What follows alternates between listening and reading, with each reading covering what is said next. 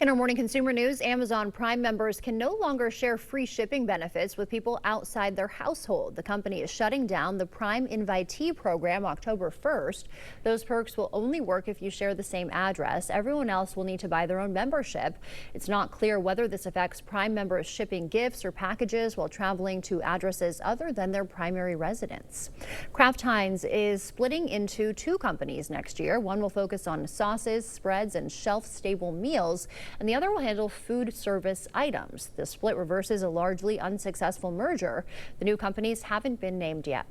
Disney set to pay a $10 million fine to the FTC for mislabeling YouTube videos. The agency says Disney failed to mark some videos as made for kids, allowing collection of children's personal data for targeted advertising. The FTC says Disney ignored YouTube's warnings about the mislabeling, which exposed children to adult features and ads. Disney will launch a video review program to ensure proper labeling. Small businesses facing some new challenges as Trump ends a century-old import exemption, forcing tariffs on goods under $800, while countries halt U.S. shipments. Jill Lampkins has the details. Of course, Japanese stationery is so famous for being so cute and unique, and that's going to have a 15% tariff.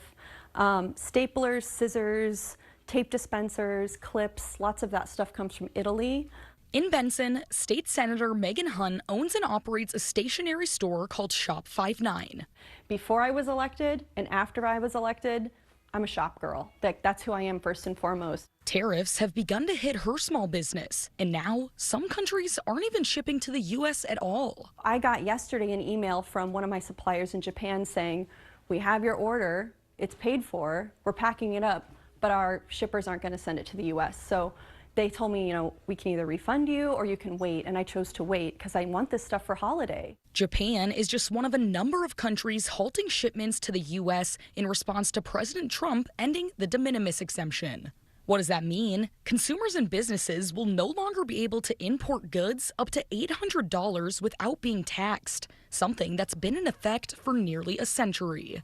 While the impact differs from business to business, Nancy Kavich, owner of RSVP, says even though most of her product comes from the U.S., she's trying to stay ahead of things. I do carry some Italian papers, and so I did try to make sure I ordered those ahead of time before the tariffs kicked in. For Hunt, right now we're just sort of eating it, honestly. The margin is slimmer, we're doing more with less, but that also reflects the experience of a lot of Americans right now.